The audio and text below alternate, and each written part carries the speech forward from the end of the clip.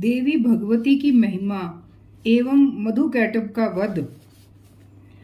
प्राचीन काल में स्वरोचिष मनवंतर के चैत्रवंशी राजा सुरथ समस्त पृथ्वी के चक्रवर्ती राजा हुए। यवन राजाओं ने राजा सुरथ की शत्रुता हो गई। दुष्ट दलन राजा सुरथ से उनका भयंकर युद्ध हुआ और थोड़ी सेना होने के कारण यवन राजाओं ने सुरथ को हरा दिया।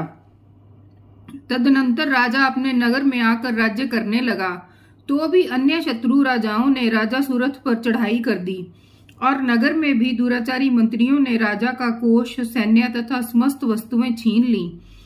तब राजा हार कर अकेले ही घोड़े पर सवार होकर शिकार खेलने के बहाने घोर जंगल में चला गया। वहां उन्होंने महर्षि मेधा का सुंदर आश्रम देखा, जो अहिंसक सिंह आदि पशुओं तथा शिष्यों और मुनियों से शोभित था। वहां बैठे हुए महर्षि मेधा को राजा सुरथ ने नमस्कार किया। कुछ काल के बाद वह फिर अपने राज्य तथा प्रजा की चिंता में विचारने लगा कि जिस राज्य को मेरे पूर्वजों ने भली भांति चलाया और प्रजा का पालन किया, वह आज मुझसे दूर चला गया। वे दुष्ट मंत्री राजा का पालन धर्म नीति के अनुसार कर रहे होंगे या नहीं। जो आज्ञाकारी नौकर नित्य प्रसन्नता से धन और भोजन प्राप्त करते थे, अब उन दुष्ट राजाओं के आश्रय में रहकर कष्ट पाते होंगे। कुछ समय पश्चात एक दिन आश्रम के समीप एक वैश्य को आते देखा, तो राजा ने उससे पूछा कि अरे भाई, तुम कौन हो और यहाँ क्यों आए हो? तुम्हारा मलिन मुख शोक युक्त क्यों दिखाई देता है? उसने कहा कि राजन, मैं समाधि नाम का एक वैश्य हूँ। मेरा जन्म धनवान कुल में हुआ है। मेरे दुष्ट स्त्री व पुत्र आदि ने मुझे धन के लोभ से घर से निकाल दिया और मेरा धन छीन लिया है। मैं धन, स्त्री, पुत्र से रहित हूँ। अब अकेला दुखी होकर इस वन में आया हूँ। मैं यहाँ रहने के कारण अपनी स्त्री, पुत्र तथा स्वजनों की परिस्थिति को नहीं जानता कि सदाचारी हैं या व्यभिचारी। राजा बोला, जिन स्त्री पुत्र आदि ने तेरी धन संपत्ति को छीन लिया है, फिर उन्हीं के मोह में तेरा मन क्यों जाता है? वैश्य बोला, जिन पुत्र आदि ने धन के लोभ में आकर मुझे घर से निकाल दिया, मेरा चित्त फिर भी उन्हीं में आसक्त होता है। मैं क्या करूं? इन स्वजनों के निर्मोही होने पर भी मेरे मन में उनके प्रति प्रेम है। तत्पश्चात राजा सुरथ और समाधि वैश्य दोनों मिलकर मेधा ऋषि के समीप जाकर प्रणाम करके बैठ गए और मेधा ऋषि से कथा प्रसंग करने लगे। राजा बोले, हे भगवान, मैं आपसे एक बात पूछना चाहता हूँ। हे महाराज, मेरा मन वश में नहीं है। गए हुए राज्य तथा अन्य सभी स्त्री पुत्र बांधवों की ममता मुझे अभी तक बनी हुई है। हे मुनि श्रेष्ठ, ये जानते हुए भी कि मेरा स्नेह उनसे अज्ञानियों की भांति विशेष बढ़ता जाता है, यह भी उनमें अत्यंत आसक्त रहता है। इसी तरह से हम दोनों बहुत दुखी हैं। हे महाभाग, उनके दोषों को जानते हुए भी हम दोनों का हृदय उनके प्रति ममता में आसक्त रहता है। इतना ज्ञान होते हुए भी ऐसी ममता क्यों है? हम दोनों को अज्ञानियों की भांति मूढ़ता क्यों उत्पन्न हो रही है? महर्षि मेधा ने कहा, समस्त जंतुओं को जानने योग्य ज्ञान होता है। हे महाभाग, सभी प्राणी पृथक पृथक होते हैं। कोई दिन में नहीं देखते, कोई रात्रि में नहीं देखते और कोई दिन रात में समान दृष्टि से देखते हैं।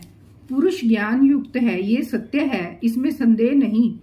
केवल इसमें ही नहीं, सभी पशु पक्षी मृग आदि में भी मनुष्य की भांति ही ज्ञान होता है। ये स्थूल ज्ञान होता है। जैसे मनुष्यों में आहार आदि की इच्छा उत्पन्न होती है, वैसे ही पशु पक्षी आदि में भी आहार विहार आदि की इच्छा उत्पन्न होती है।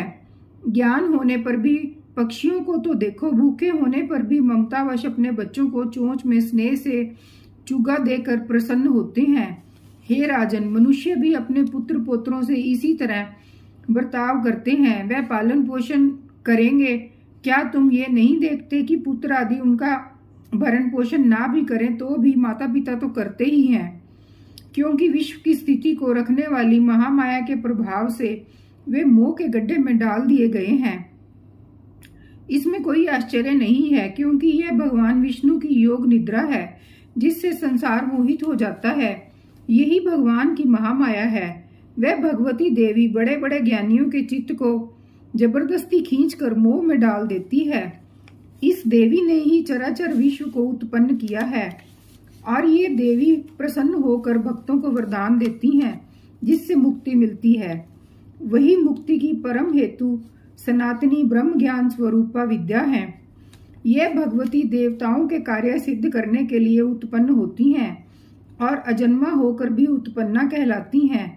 जब भगवान विष्णु विश्व का त्याग अनंत में जल ही जल करके योग निद्रा में शेष शैया पर शयन कर रहे थे उस समय विख्यात मधु और कैटब नाम के दो घोर असुर भगवान विष्णु के कान की मैल से पैदा होकर ब्रह्मा जी को मारने को तैयार हुए।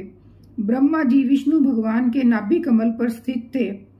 उन दोनों भयंकर असुरों को मारने आते देखकर और भगवान विष्णु को सोया हुआ देखकर ब्रह्मा जी योग निद्रा की प्रसन्नता एवं एकाग्र मन से स्तुति करने लगे, जिससे कि भगवान विष्णु के नेत्रों से भगवती योग माया अपना प्रभाव हटा ले और भगवान जाग पड़े। वह योग माया विश्वेश्वरी जगत माता स्थिति एवं संहार करने वाली भगवान विष्णु की अतुल तेज वाली निद्रा स्वरूपा अनुपम शक्ति हैं। ब्रह्मा जी बोले, हे महामाये, तुम स्वाहा देवताओं का पालन करने वाली हो, तुम स्वधा पितरेश्वरों का पोषण करने वाली हो, तुम ही षटकार स्वर इंद्र को यज्ञ का हिस्सा पहुंचाने वाली हो, अमृत भी तुम हो, अक्षरों में स्वर तुम ही हो तथा नित्य आदि मात्रा व्यंजन तुम ही हो।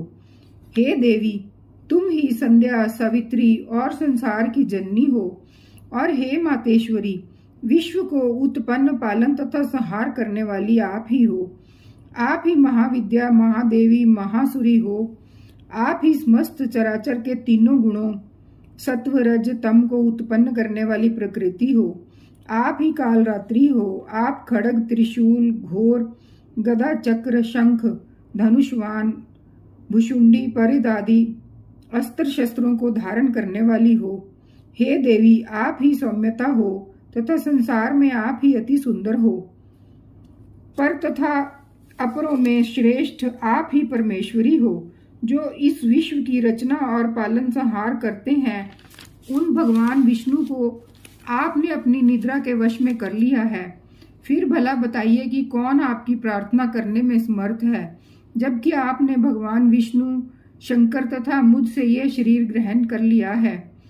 आप मोह लीजिए और विश्वपति भगवान विष्णु को जगाइए।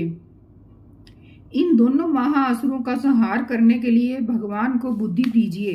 ऋषि बोले, इस प्रकार जब ब्रह्मा जी ने मधु और कैटब असुरों के संहार के लिए तथा विष्णु को जगाने के लिए देवी की प्रार्थना की, तो उसी समय भगवान विष्णु के नयन मुख कान भुजा हृदय और वक्षस्थल से निकलकर अव्यक्त योग माया उपस्थित हो गई और योग निद्रा से भगवान जाग गए। तदनंतर भगवान विष्णु ने उन पराक्रमी मधु और कैटब असुरों को देखा, जिनकी ब्रह्मा जी को खाने के लिए आंखें लाल हो रही थी।